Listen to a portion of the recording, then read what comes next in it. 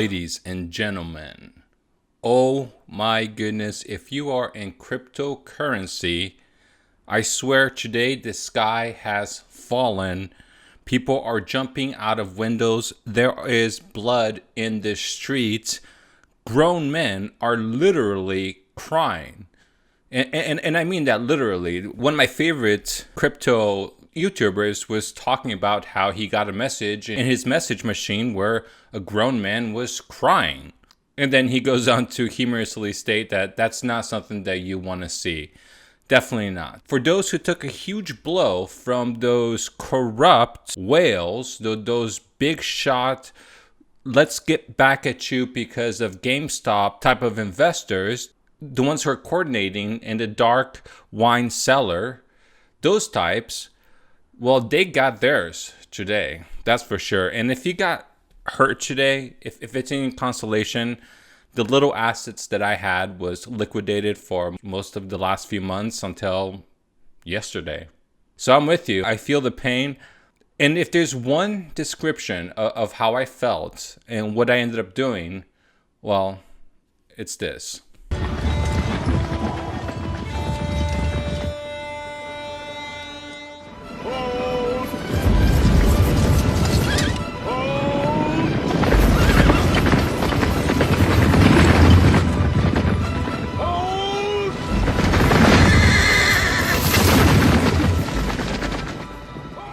So yeah, I mean, if you don't hold, you could run the risk of essentially selling at its low, and then you see the thing shoot back up, and then as a grown man, you might actually really be crying in that moment. But anyways, we're not here to talk about crypto news. We are here to talk about Christopher Mellon. Now, if you don't know who this individual is, he works for the intelligence. I think his exact position is Deputy Assistant Secretary for Defense of Intelligence. Yes, it's a mouthful, his title. But he is one of the individuals who had the opportunity to oversee a lot of the intelligence agencies. And not is he just connected with the U.S. intelligence, he is an avid UFO believer, somebody who was responsible, one of the 4 members of the Stars Academy, who helped unveil some of the USS Nimitz Tic-Tac UFO footage to the New York Times and other national publications. So he's a big deal. And he's somebody that just by random chance, we happen to have him as the main subject in our second episode back in February in 2017. Don't ask me how that ended up happening, that he becomes one of the 4 To the Stars Academy members. Educated guess, I suppose. And recently he was on the Joe Rogan show. And I thought, what a great episode it would be if we kind of break down some of the things that he said.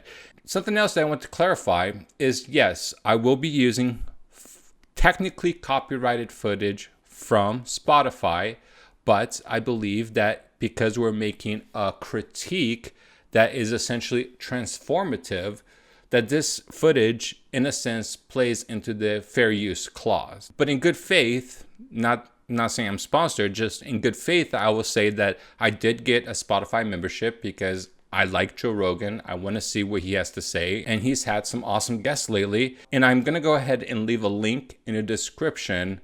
Just, like I said, just to give back a little bit for borrowing the footage to create an original transformative critique. So without further ado, I think I've talked enough. Let's go ahead and play some of these clips. Very cool interview. Okay, so going to this mark, let's go ahead and give a play over here. What do you think kept it in the closet before? Like, when did the stigma start? Do you think this was like intentionally sort of set up this way? It was. It was the Robertson Panel, Commission, 1953, and they concluded during those Cold War days that this was a potential threat to national security because UFO reports might overwhelm our air defense and communication system. And so, why am I pausing here? Well, the one file that we've actually uncovered, that when I say uncovered, I literally went into the CIA website, transcribed 57 pages, and on page 11, it explicitly says that this panel, the Robertson panel, the same panel that he's talking about, was sponsored by the CIA. I call this kind of a smoking gun document, essentially proving that the intelligence has been hijacking what is supposed to be a scientific committee. Now, why do I say scientific?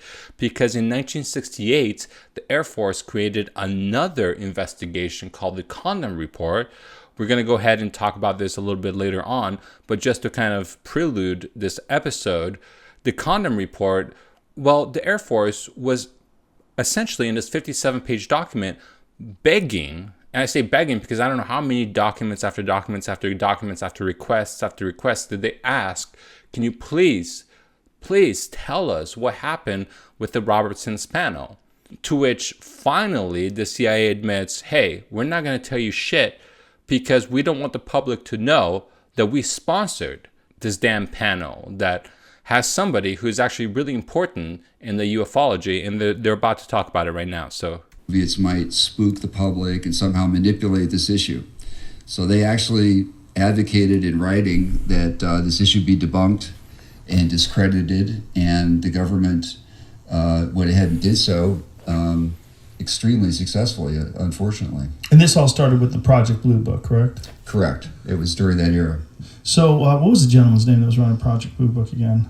Well, there were different people. The guy who went on the astronomer, Alan Hynek. Hynek. Yeah. And Hynek went on to be... So Hynek was not just part of Project Blue Book, he was also part of the Robertson's panel, which in a way implies that he might have been sponsored by the CIA. I don't know how many people actually describe him in this particular manner, but that's what the document is essentially proving.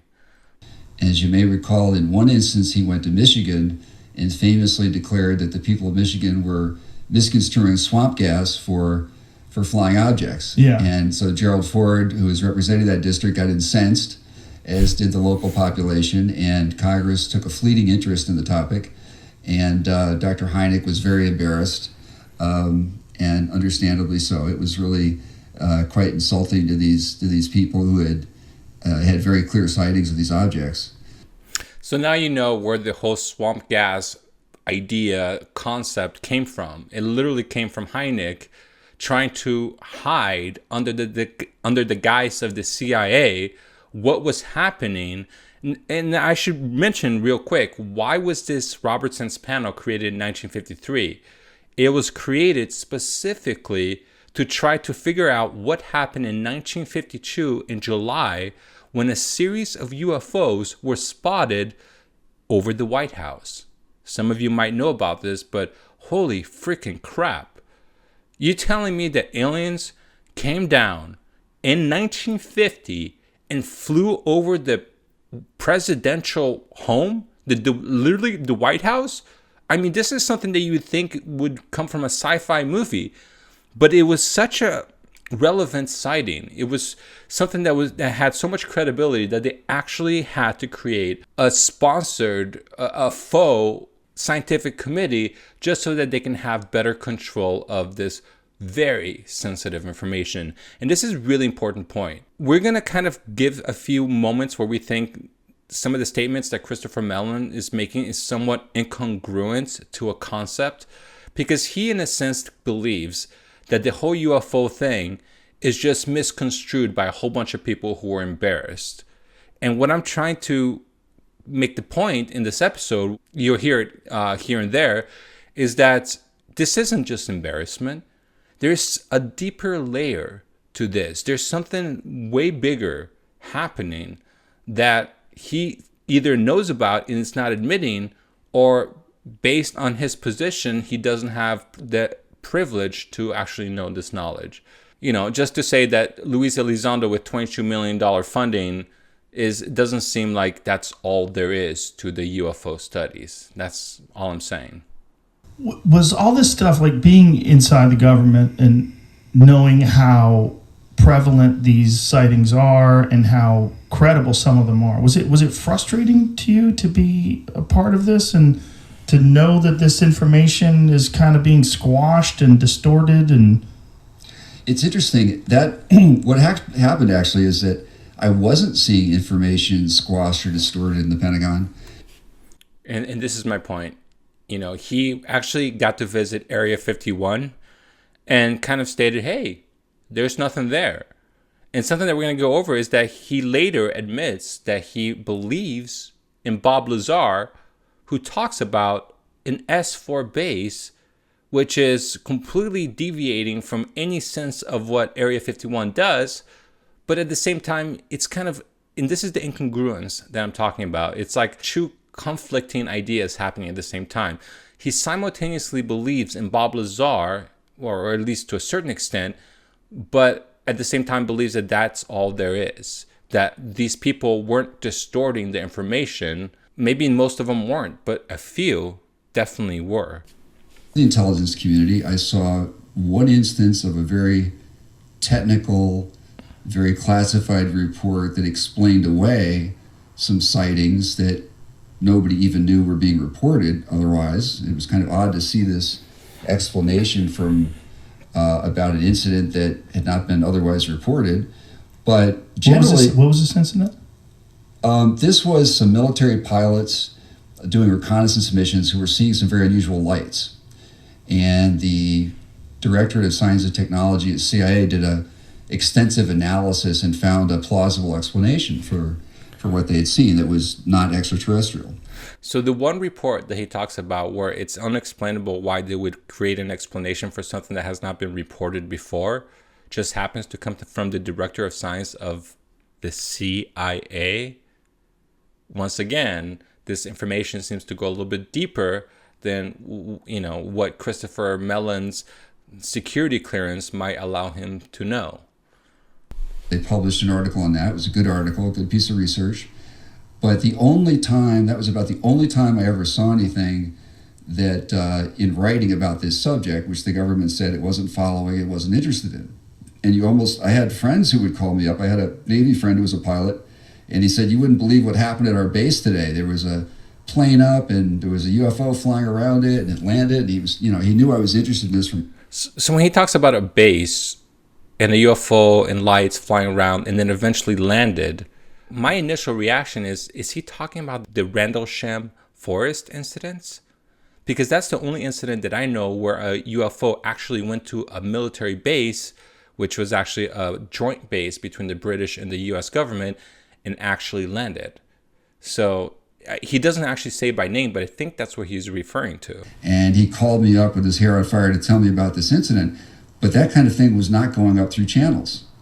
So people in the Pentagon, to the best of my knowledge, all the way up to the SecDef, were not hearing or seeing any of these reports. It wasn't until I met Luis Elizondo and his group and some of the Navy guys and talked to the pilots about what was happening on the East Coast from 2015 onward and the Nimitz incident that I found out that this activity had been going on and just wasn't being reported. Now, Jim Pennington, which is one of the officers who was there at the Rendlesham Forest, I think he talked about there being resistance towards him reporting on this. The point I'm trying to make, it's not that it was some kind of embarrassment that this thing didn't get reported. It's not like we have all these wonderful individuals in the government who are so honest and just by chance it just didn't get up there. It's that there was systematic resistance from a group, from some kind of intelligence that for whatever reason he doesn't seem to acknowledge. That's my point. That no one in the Pentagon was seeking this out. There wasn't a mandate to go look for it. There wasn't a department that was designed to seek these things out. I mean, what was the reason why it wasn't getting all the way to the Pentagon? Well, specifically in the case of the Navy in 2016, just today, I believe, or yesterday, DOD announced that they're going to do an IG investigation of this incident, of this phenomenon. What's IG mean? Issue. The Inspector General. Okay. Sorry. So there's going to be an internal investigation at DOD of how they handled this UFO issue. So if there is an Inspector General internal investigation as to what is happening within the actual organization itself, does that not in a sense imply that something fishy is happening? That information is being deflected or hidden or submerged, no pun intended, with USOs? He's kind of like saying, yeah, they're just embarrassed, but there's going to be an IG investigation as to why this information didn't get into the top. it just seems a little incongruent. And I believe it's not clear yet. They just made this announcement, and their motives and what sparked this are still a little bit uncertain. But it appears they're going to focus on this issue of how did this fall through the cracks for years? How is it that these guys are flying around, seeing this stuff, it's on the radar, and nobody up the chain of command is being notified? That's when I, kind of threw the bullshit flag and said, this is unacceptable. And so that's when I started jumping into this. Do you think it was because of the stigma that's attached to the subject that they just didn't bother bringing it to their superiors? Here it is. Absolutely. Here it is. Yep. People were afraid to report it. And as we saw in the Nimitz case some years earlier in 2004. Let's explain what we're talking about. Sure. So right there, he straight up admits it. He believes it's based on a form of incompetence. I don't know if incompetence is the right word, but definitely embarrassment. I have a hard time swallowing that explanation. I don't know if he knows more. I really don't. But, like the incongruence of there being an IG inspection, the fact that the Rendlesham Forest, certain individuals there actually admitted that there was resistance, I feel like the whole story is not being told right now. Just have to say that Joe Rogan really knows his stuff, because when he explains the USS Nimitz right now and the whole incident, just listen to this. It's quite impressive, actually. The tic-tac shaped UFO that moved at extraordinary speed with no known propulsion system. They tracked it on radar. It was actively jamming their radar. It went to their predetermined point where they were supposed to scramble. Yeah. And so somehow or another, it had information as to where they were traveling to. Extraordinary capability. Went from 80,000 feet above sea level to 1 in less than a second. They have no idea what it is, what it does. And then the people on the Nimitz were saying they had been seeing these things. Correct. And on the Princeton. And when Dave and the other F-18 landed, there was no interest on the part of the intelligence officers of doing anything really other than but ridiculing them. Yeah. So they came out, with tin hats on and foil hats, and they were playing Men in Black song or something. Yeah. But that case was phenomenal. It's really screwed up, man. I mean, it's like you just see that bully type behavior, that kind of fraternity type behavior being exacerbated by the fact that certain individuals are hiding this information. So it's like whatever secret organization, intelligence, whatever you want to call it, that is actually hiding this information, it seems that they're exploiting this weakness, this tendency for people to act like school children. And the idea that people like to be liked, that people are social creatures. We don't like to be ostracized. We don't like to be made fun of. And I feel like all of these are psychological principles that are essentially or have been historically used against the people to keep this entire lie, the biggest lie humanity has ever faced, going. People say that secrets can't be kept. Well, there you go. That's how a secret can be kept, by exploiting human psychology. So in this next part, he's going to start talking about what he believes is the moment that accelerated this new wave of UFO investigations and in the news media and basically what you're seeing right now, what some people call a soft disclosure. People have to dissect this information and look at this guy, Commander Fravor, a very respected guy, not the type of person who makes up wacky stories. Then when it's supported by all this data, I think that's probably one of the biggest ones that led to being included in the New York Times, right?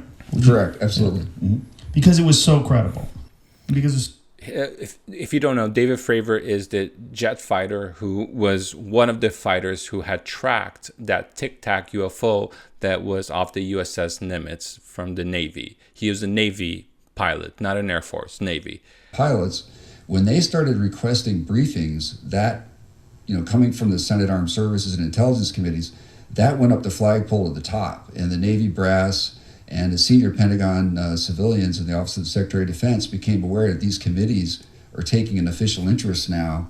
And, we can't fool around with this. So his explanation, as you just heard, is because senators are getting serious. But what I'm seeing, because, people have been interested in this for a while. I mean, Dennis Kucinich, who used to be a presidential candidate, literally claimed that he saw a UFO in a book he's written. This isn't new. What I'm asking here is, so you think that senators like Marco Rubio are finally getting interested in this because you recruited a rock star from Blink 182 as a PR agent, and an individual like Luis Elizondo, who was eventually let go from a Pentagon organization that was only funded to the tunes of $23 million to study something that is essentially stopping our nuclear weapon site. We can spend $1 billion on a plane creating some kind of bomber, but we're only going to spend $23 million on something that can literally stop our nuclear weapons on its track. It's just incongruence. It doesn't make sense. That's all I'm saying. So this is the great shift, right? The great shift in our time from UFOs being ridiculed and being these silly things that tinfoil hat conspiracy theory people believe in, to the Defense Department agreeing that this is an issue. That's correct. Very interesting to me. I saw your interview with Elon Musk, and he seemed unaware He's an alien, bro. Listen, well, he's covering maybe up. He's part of the cover-up. Yeah. Because he seemed unaware. So Elon Musk, man, I guess because we started talking about crypto in the beginning of the segment, somebody was calling him Elon because, it's better than calling him an asshole, I guess. Look, I used to love Elon Musk. I always respected him, but I'm really like, dude, are you serious? Like, you're going to screw up the crypto market. You're going to play into these big whale games where you're essentially helping certain investors get into the crypto market at a very low rate just so you can screw the everyday Joe plumber who might be trying to afford a new home.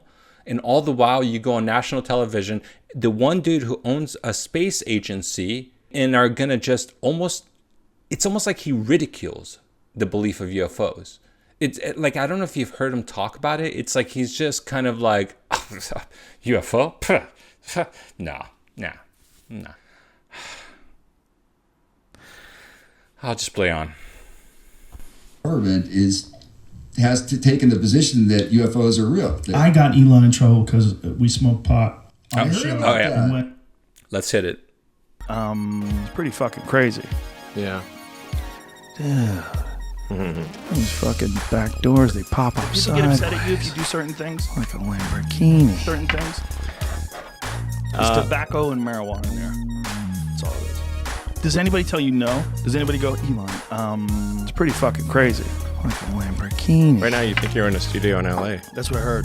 You might be in a computer. Oh, listen, man, I think about this all the time. The combination of tobacco and marijuana is wonderful. Let the man get high if he wants to get high. Oh, yeah? Let the man get high if he wants to get high. Oh, yeah? I said don't buy this flamethrower. Don't buy it. Don't buy it. That's what I said. But still people bought it. It's great. And he got in trouble. He was like, his top secret clearance was in trouble, and there was a lot going on. And Well, I think top secret clearance? He has top secret clearance? And he's saying that aliens don't exist? That's interesting. Aaron, when he's around me now, Okay, like aliens, outrageous. Statistically, if you just look at the size of the universe and you look at the fact that there's so many Goldilocks zone planets that they've already discovered, and then also the wide variety of life that exists in various conditions on Earth, who knows, right? And who knows whether or not these things are living in the ocean? This is what's bizarre to me. Here's actually a really, really interesting point. Because if the only argument about aliens, because he basically is stating that because there are hundreds of billions of Earth-like planets just in the Milky Way galaxy itself, if there are that many habitable planets in the Goldilocks zone that could harbor life, and the only scientific argument is that these things cannot come here, then when we actually see these things maneuvering in ways that seem to defy the laws of physics as we know it, as Joe Rogan said earlier, it went from 60,000 feet to 0 feet in a second. If it's actually doing that, then that argument is futile. Throw it away. Because even if it wasn't aliens, let's say it's the Chinese government, which I don't believe, but just for hypothetical sake, let's say it is the Chinese government. If they are doing that, and there's that much life or potential for life in our universe, then it's like that bridge where scientists are like, well, they can't come here because it's this much distance, it's so far away. Well, that bridge has been broken. Once you control gravity, and we're going to talk about this more as this episode goes on, but once you control gravity, that is like the linchpin to being able to harness so many other capabilities in terms of potential, not just traveling through space at incredible speeds, incredibly short amount of time, potentially also time travel, if space and time are the same thing. What I'm trying to say is that if whatever we are observing with UFOs is what we are observing, that they are essentially breaking the laws of physics, then why shouldn't it be aliens? Why can it not be aliens if there are so many aliens out there? And as far as we know, we're far behind the scientific capability of actually controlling gravity. And I say controlling gravity because if these things are maneuvering in such a fast manner, well, they're essentially breaking the laws of inertia, because the structural integrity of the craft, and if there are individuals piloting the craft, well, they'll be compromised by stopping at such a fast rate. I don't think we know of any material that can withstand going like 1,000 miles per hour and stopping in a split second. It's just basic physics. So if they are defying the laws of gravity, even if it was us, that would imply that other creatures, other species can do that, and thus could probably come here in a very short amount of time. To me, it's just logical deduction. I don't think a lot of people are wrapping their heads that deeply that if we're already witnessing this and we can accept that this is happening, that why not aliens exist? It was always the laws of physics, was always the preventive force that kept us from believing that they could come here. Now you're telling me that the laws of physics are being broken as we know it. Well, I don't know how else to say it, And there's another one that Jeremy Corbell leaked, this photograph that shows something disappearing into the ocean. There seems to be multiple sightings and multiple witnesses that discuss things going into the ocean. Yeah, that. And I'm glad you just mentioned that, because that goes right into the point that I was trying to make. If these are USOs, unidentified submersible objects, so whatever technology they have seems to not only allow them to travel at incredible speeds, at an incredibly short amount of time, but it allows them to go into the ocean almost as if they can deflect the ocean waters in the same way that they can deflect inertia. So it seems like they're utilizing some technology that allows these ships to essentially go through any medium, which is why I think it's some technology related to harnessing gravity, which, as I was just mentioning earlier, would imply that whatever these objects are, if this is possible, regardless if it's human or not human, it would imply that other species can probably come here in a very quick amount of time. So why not assume that it might be another species? Just like, we are assuming that if we see a ship in the US, that, hey, maybe it's from China. Maybe it's a foreign adversary from a different nation. It's happening in the US, but it's from a different nation. Now that we know that these things can come here, why can it not be them? People ask me, do you believe in aliens? And that's really not the question or the issue for most people. Mm-hmm. There are probably, in an infinite universe, an infinite number of alien civilizations. Right. The question is, could we ever communicate with them or have contact, right? So what's interesting about that to me, in part, is that we have NASA spending billions to try to find alien life, even if it's microbial. We have Yuri Milner spending hundreds of millions and supporting the SETI program. And meanwhile, we have these things flying around our atmosphere that we're seeing on the radar that kind of look and act like what you might expect if somebody sent a probe. If somebody followed the trajectory we're on ourselves today. Mm-hmm. And they're doing incredible things that we don't understand. And yet the scientific community and the government have not wanted to dare to ask the question in this context that they ask every day in this other context with NASA and spend billions of dollars on. Sorry, I'm going to pause it here for a second. So he does make a really good point that scholastically speaking, when you have different disciplines, there's not enough interdiscipline communication, meaning you don't see the anthropologist talking enough with somebody who's a specialist in climatology. And so sometimes you miss out on potential concepts that are related to each other, whether perhaps some climatic events was the cause of a destruction of a specific species. So yes, that is true. We don't have enough interdisciplinary communication. But I do think that when you talk about NASA in the way that he does, where we're spending billions of dollars, I think those scientists believe that they are the final frontier of science. But I think that it still implies that there is some kind of secret organization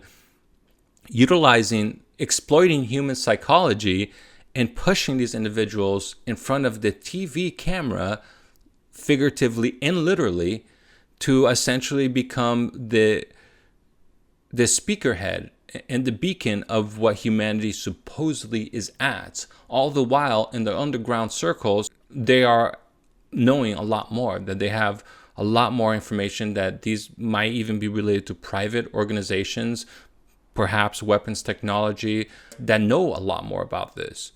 And when you talk about a specific organization that might know about this, we're actually going to talk a little bit more just in a second, and I'm going to give you one potential idea, and it has to do with energy.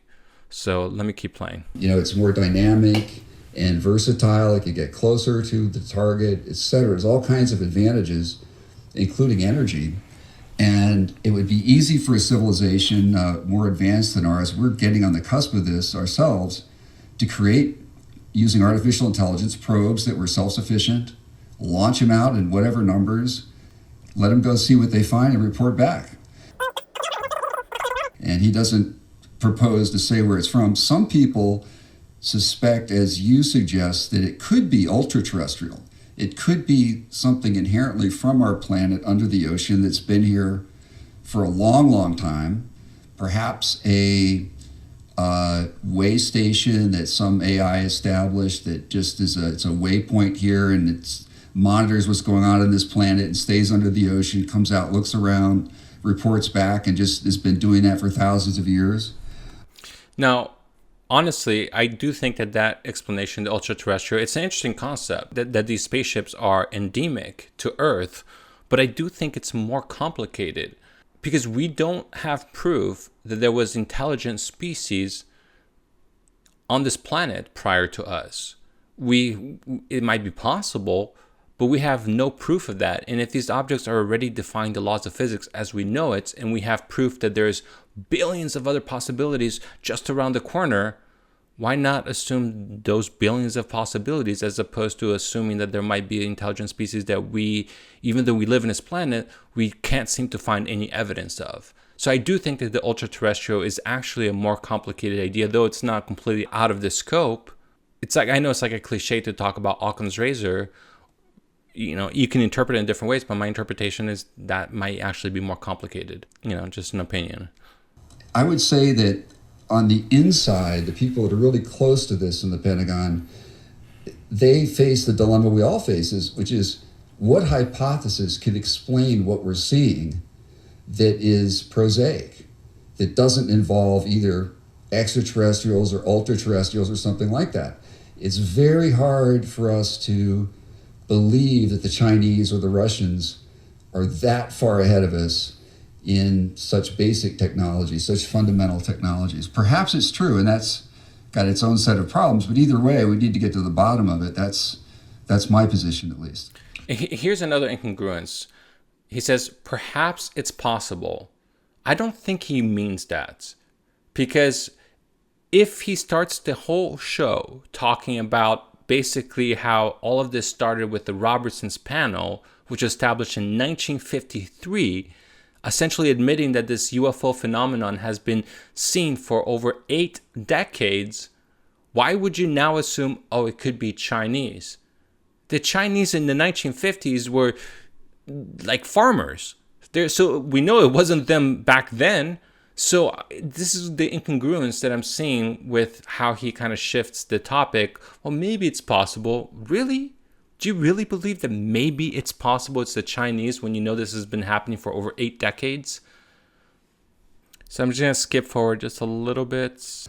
But they're not moving like the Tic Tac. It's not doing something that we can't do. It's just, you see them move around. It's really weird, but it's not definitive evidence of anything at this point. It's strange. It's peculiar that it's happening around a warship. Yeah. And that our guys don't know what it is. And it looks like some of these things are entering and leaving the water. So I just want to pause real quick because, just to talk about the USO, the idea that these ships are both aerial and they go into the ocean, that's a really important point because they're not just defying the laws of physics, they're also multi-medium type ships. They can go in different mediums. In my opinion, implies that they might be thermodynamically isolating themselves, just like Bob Lazar said. So medium really doesn't matter in that particular case. And that would require you being able to control gravity, which would be the biggest scientific discovery ever made in the history of science. Probably even bigger than the theory of relativity, which is why it's so hard to believe that somehow the Chinese would discover how to control gravity and nobody would know about it. That would be a shocker. And haven't there been reports of them showing up around missiles and doing something with the launch codes or stopping the power from working in these places or something along those lines? Some sort of manipulation of the power systems, almost to let you know. Yeah, this is one of the most provocative and fascinating and important stories in this whole area of UFOs and national security. And we have retired Air Force officers who've testified to this, and there are FOIA documents that support these claims. But the Air Force has never been asked by Congress or anyone to address this. They've never acknowledged it. There's an opportunity to do that now, and I think it's long overdue. This is stunning if it's true. I mean, this is the backbone of our nuclear deterrence strategy. It's really the crown jewels of our freedom and independence and ability to deter nuclear powers like Russia and China. What is more stunning, the idea that these beings can actually affect our nuclear weapons, or the fact that our nuclear weapons can be stopped and nobody would ever talk about it? You see my point? They probably are talking about it. It's just Christopher Mellon's probably not being able to recognize because his security clearance, although he was able to oversee a lot of the intelligence organizations, may not meet the standards of where some of these investigations are going, some of these technologies. Whatever has been studied on UFOs beyond Luis Elizondo's aerial threat department from the Pentagon, there's no way that they only spent $23 million studying UFOs. I'm sorry, you're just not going to convince me otherwise. That's not how humans work. It's like you have a flame and then you see a huge roaring fire and you spend absolutely no resource trying to figure out what that fire is. That's not how humans work. Humans go to the fire. That's what I'm saying. And then on this part, they start talking about why UFOs are happening more often. And he kind of starts talking about it has to do with the technology that we're using. Let me just play real quick. Some people think, well, maybe it's COVID. More people are outside looking at the night sky. That could be some of it. There are more reports that are coming with video and photographs these days. If you look at these websites, Newfork and MUFON from, say, 10 years ago, not so many people had cell phones in their pockets. So he actually admits, and I just want to quickly pause he actually admits cell phones to be a form of evidence. And so often people are like, well, we can't believe in UFOs nowadays because everybody has a cell phone and everybody has the ability to create CG graphics. But there is certain things that you can do. Like, let's say you have like 20 different people who capture the exact same thing.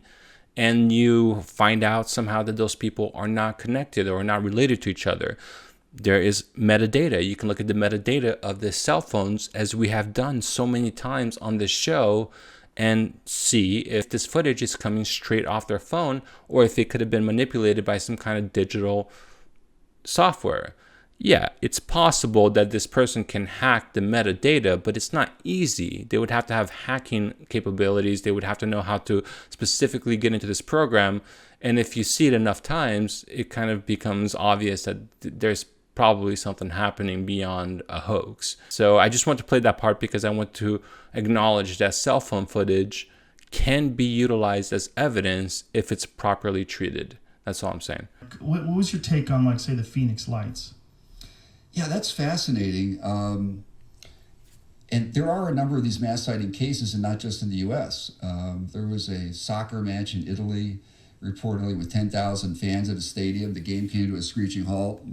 I actually never heard of this case. I'm surprised that there's actually like a mass sighting like this where 10,000 people have seen it and I never heard of it. But if you know about this, please let me know in the comment section. It's this thing overhead. There have been some mass sightings in Brazil and other places. The Phoenix case, what I find most intriguing about that, one of the things, is that Fife Symington, the governor of Arizona, who's a former Air Force officer, himself said after the fact he saw this thing, and it was not a plane, it was not flares, as some in the Air Force contended. So I'm just stopping here because Fife Symington is somebody who we've brought up over and over and over. I don't know how many episodes, maybe like 4 or 5 episodes, because he is such a credible eyewitness for 2 reasons. 1, because he was a high official actually working as a governor, but 2, because he had enough aviation skills to be an expert to be able to recognize what it is that he's looking at when he sees lights in the sky. And it wasn't just lights. He saw something that was like a mile-long craft, as he described. The triangle-shaped object that Right. was enormous. He said it was at least a football field long, maybe several football fields. Correct. Yeah. Huge. And hundreds, if not thousands of people saw this. A number of They had people very took similar videos. sightings. Yeah. Yeah, very similar. And it was coming down from, there was quite a path of sightings. So there were flares out that night. And so that muddies the waters, right? I think he says there's flares and it muddies the water, but I don't think he specifically makes it clear that perhaps the flares were supposed to muddy the waters.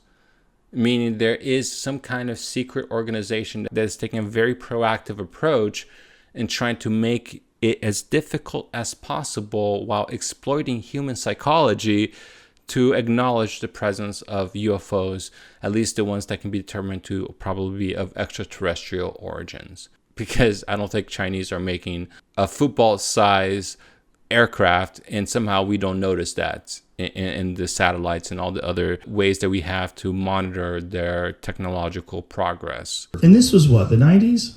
Was this the 90s? this was late 80s, I believe. Was it? And So I just wanted to stop here because he does make a mistake. It was in 1997 was the sighting of the Phoenix Lights. This is one of 2 mistakes that we caught Christopher Mellon making. Not to say anything further. I mean, he's a human being. He's allowed to make mistakes. But just wanted to point out whenever there is an error that is being made. there was a few other ones that have taken place. The African school children, the children. Aerial? Yeah, that's a crazy one. It is crazy. And there are other cases like that. And I want to stop that. They're talking about the Zimbabwe case that happened in the aerial school where school children during recess and all these kids came back and to this day still admit that they saw some kind of alien creature wearing like, I don't know, something that looks like a wetsuit coming out of a spaceship. And what I found so interesting about this case is they talked specifically about the environment, essentially relating this information that we are killing our planet. And there's another case that we talked about on this episode that we thought is incredibly credible, which we just mentioned a few episodes ago, mentioned on the Art Bell show called Jem Sparks, the abduction of Jem Sparks, an individual who had this uncanny ability to remember his abductions because he wanted to hurt these grays so much. He literally wanted to punch them, or I think he wanted to shoot them actually with a shotgun. So he essentially forced himself to remember his abduction cases, and eventually the memory started kind of flooding in.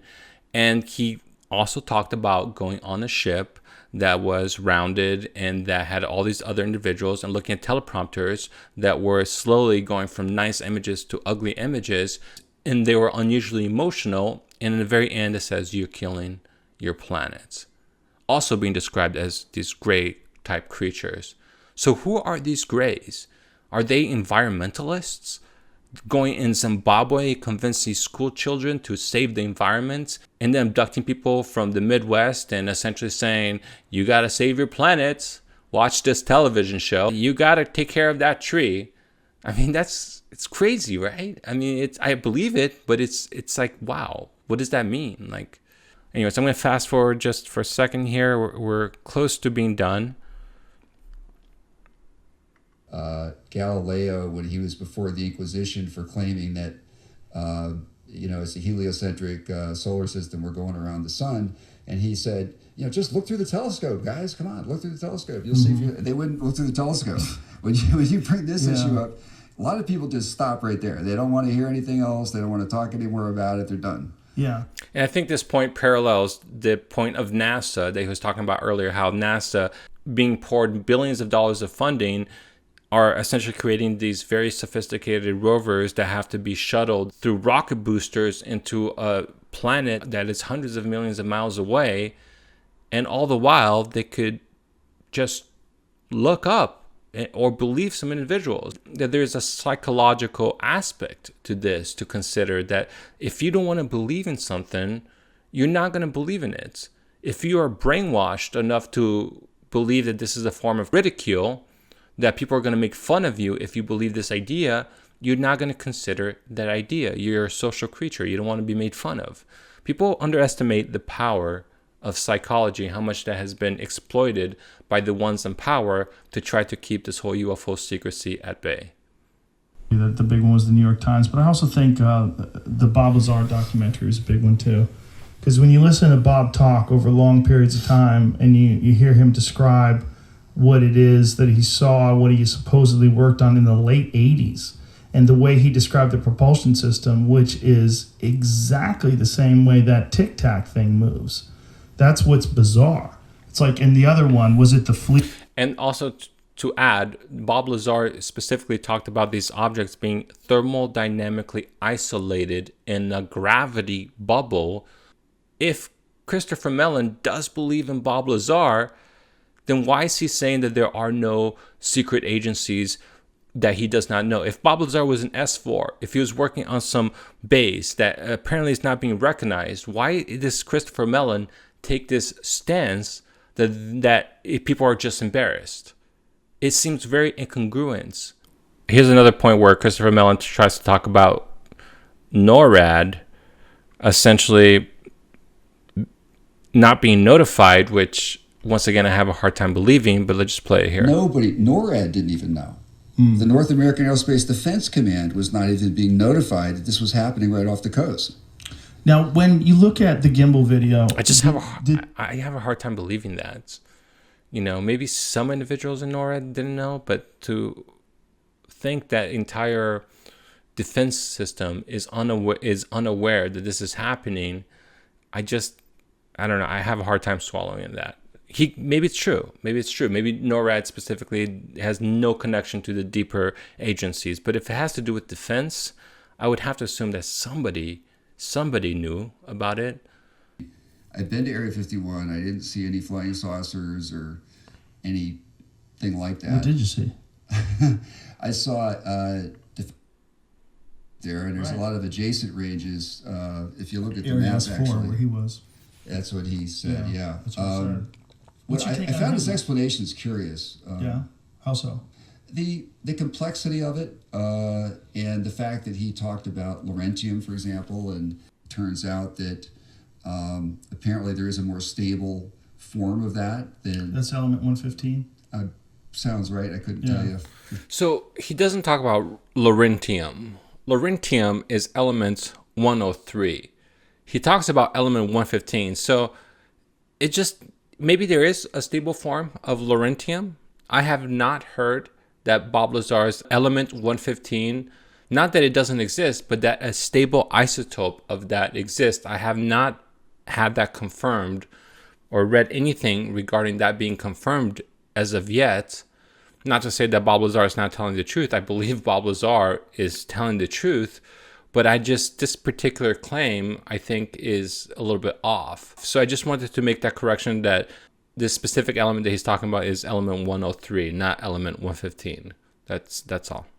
And then they start talking about bear shit. And no, I don't mean bear stuff. I literally mean they start talking about bear shit. They even found bear shit as they were walking back. They found a pile of bear shit near the car. So after they start talking about bear shit, just a few more points here. I'm not going to go through this whole interview. I think if I cover half of it, it's appropriate enough. It has enough information that I'm trying to convey. I'm only trying to show the clips that will make my quote-unquote original point that I hope will be seen as transformative and thus is fair use. So I don't need to show the whole interview. I think half of it is going to be enough. And it would be very surprising and it's stunning if they had independently developed technology that was that far ahead of everything else and everyone else. So you do believe in aliens? I mean, E.T., like E.T. come home type aliens, like Green Man on Mars type aliens. No, I mean, joking aside, I mean, he's kind of making the point that it would be very difficult for any nation to have that type of technological prowess over all the other nations, and somehow it's never noted through all the radars, through all the satellites, through all the different ways that we have to monitor technologies being built, that somehow this is accomplished, but it's not known. The most advanced countries, the ones who have the best spy capabilities, that seems hard to believe. So it doesn't seem likely, and we don't think that's the case. So more likely ultra-terrestrial something else. Or extraterrestrial. This is the conundrum. We don't see any evidence that it's the Russians or Chinese or anyone else, and we don't have any reason to believe that they have technology that can perform in that manner. So, this is the problem. There it is, ladies and gentlemen. I think that says it all, and that's really cool that he actually admits it to that point. So all my critique in the past may not have been 100% valid, because he could have just, in a sense, been placating to the everyday layman person who doesn't know that these capabilities are that far out. So, so just take the critique that I had in the past with a grain of salt.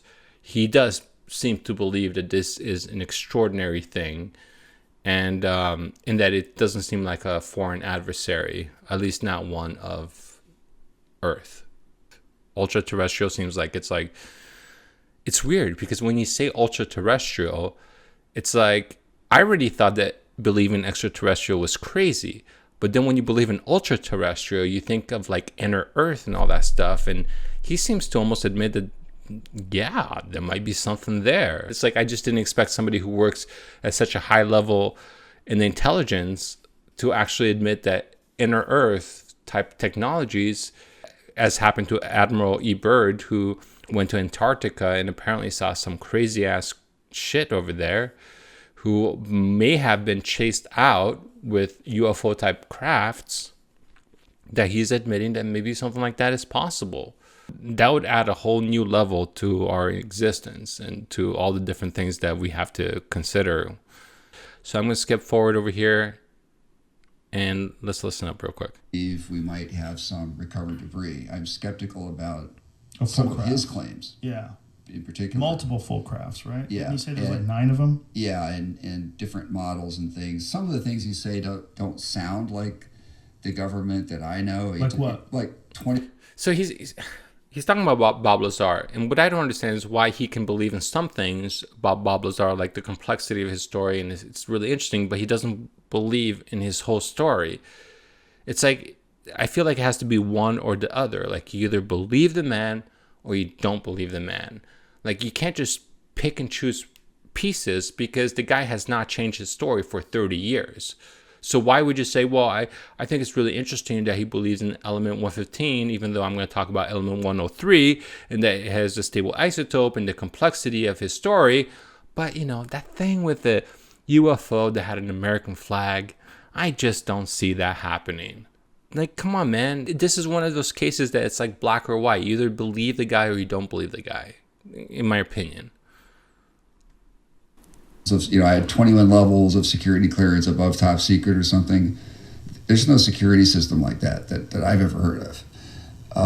So there are things like that don't make sense from somebody who's been an insider. Mm-hmm. But is it possible that there might be something like that when it gets to a program that's as bizarre as back engineering extraterrestrial vehicles, that they might put in place additional levels of top secret clearance? Conceivable. Especially when you're talking about compartmentalizing all these different aspects of the project? That's not really the way it works. The way it works is that they could make a special exception in this case. And DOE has something sort of like this. They have a alphabetical system with tiers of more classified stuff. DOE is... He just answered his own question. If you didn't get it, the Department of Energy. Okay. So, in the classified world, you've got the intelligence community, and it has its own procedures and so forth. Then you've got Defense Department black programs, which are a different world, and there's a little bit of overlap in a Venn diagram sense. And then you've got Department of Energy, which has billions of dollars in black programs, tens of billions, and very little oversight. So they have a system and a different clearance, which is a result of the Atomic Energy Act, not an executive order, which establishes the classification for the rest of the government. So something's like... He literally answered his own question. Because if you actually were to listen to Bob Lazar's story and you were to accept him as, like I said, black or white, like he's either telling the truth or not, one of the main aspects of his story, as was mentioned with John Lear when they went to Area 51, as was mentioned with the security of Area 51, the security of Area 51 was indistinguishable from the nuclear weapons security. They were DOE, Department of Energy. So it's like he's like, well, yeah, it's possible, but only if it was like Department of Energy. But that's what Bob Lazar says. He says that these security people were from the energy sector. So he literally answered his own question without even realizing that he answered his own question. All right. Last point. Let's skip to here. I'll keep playing just to make sure I didn't miss anything. Now, the Roswell story is a fact. To have seen bodies and different people that saw caskets, to the person who worked at the mortuary who was contacted, the funeral home that was contacted by the military and told to make small caskets. There was all this weird shit. Well, we know the Air Force lied initially. They've now admitted they lied.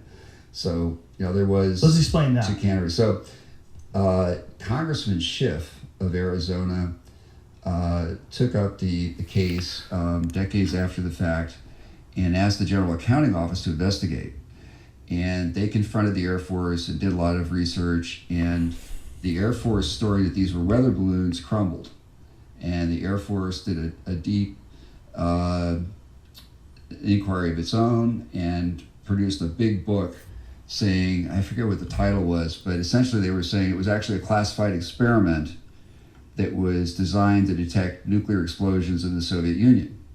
So they admitted that their first story was a lie, and their news story was, well, it really was balloons, but they weren't weather balloons. They were part of a top secret experiment. Right. Okay, so what a fitting ending, because just as we start talking about the Robertson's panel with J. Allen Hynek, we get to then finish by talking about the Condon reports. In this CIA file that I discovered on the CIA website, and as I described earlier, this was the Air Force trying to create that big book called the Condon Reports in 1968, which was a scientific investigation on UFOs, asking the CIA for the information that was relevant to the Robertson's panel. Now, here's the point. The fact that the Air Force lied, the Air Force wasn't even the one in the know. The Air Force was trying to gather information to be like, bro, let us know. Like, let us in the know. Like, we want to be part of the cool group. And the CIA is like, nope, we're the cool group. We're the ones who have all the information. Screw you. That was literally, that 57-page document was literally that type of interaction. So the Air Force, who didn't have all the information, then goes on to lie about UFOs. I think it's incredible because it really shows you how little some of these organizations, how little information they actually have. And once again, it goes to the point of the whole point that we made with the Department of Energy, that there seems to be a whole different underground sector related to the UFO information that the U.S. Air Force, if they're not even privy to what the CIA knows, then I'm sure that the Department of Energy has things that the CIA themselves don't know. So there's like levels to this shit. So the fact that the Air Force lies, that's like the very surface level of where the lies begin. I guess that's what I'm trying to say. Anyways, I hope you appreciated this episode. I'll try to do more of these where we kind of break down some of these very informative interviews and just give you, ladies and gentlemen, our take on it. There's a lot to be said on this topic. And, I like Christopher Mellon. I think he's a cool individual. I think it's really awesome that he made a proactive approach to come out with this information. And some of this is my own opinion, my feedback onto the topic. So if you enjoyed this content, you can like it. If you want to share it, all the better. If you have not subscribed, definitely subscribe to our channel. We're going to come out with a lot more content like this. We are the channel that tries to really get into the nitty-gritty of things and be as informative as we can. Whether we're debunking content, whether we're trying to figure out where there might be little mistakes here and there. I mean, I'm not going to be perfect if I were to do an interview, so I'm not trying to claim that Christopher Mellon has to be perfect. Just being able to be in the back seat, I'm just trying to provide the best information I can to the audience. Thank you so much for joining me. This is Felipe speaking, signing out.